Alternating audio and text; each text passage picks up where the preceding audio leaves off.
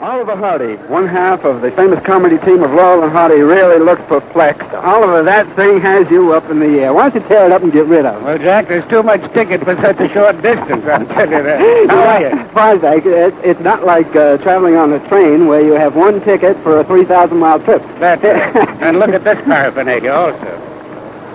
This. Oh, they really do it up on They don't shipboard. trust you. Oliver, we met Stan just a short time ago, a couple of months ago, as a matter of fact, and we found out that you and he were back together again in some of those wonderful pictures. Well, we've never been apart, Jay. No, that's true, but you know, a great many of the people out there in the public have thought that you were apart. Well, that's true, because they've gotten us mixed up with other teams, you see. But Stan and I have been together for 23 years, and we're still friends. I think that's a record. That is a record. Not only are you friends, but I noticed, for instance, whenever I spoke to Stan personally in the cabin before and after the interview I did with him, whenever he talks or refers to you, he doesn't call you Oliver or Hardy. That's right.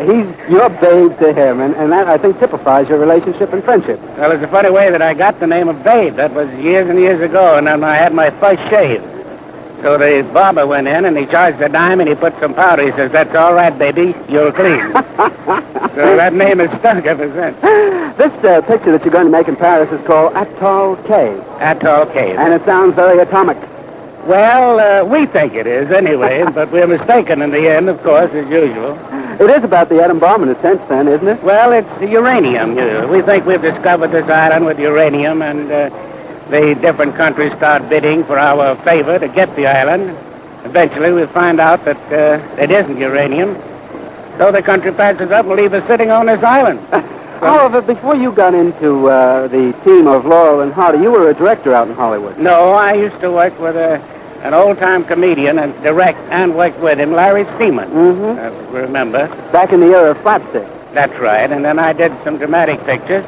And then by accident, Stan and I were thrown together, and it evolved from that. You find just as much interest today in the old-time slapstick material? I think that there is more interest, but there's so little of it done.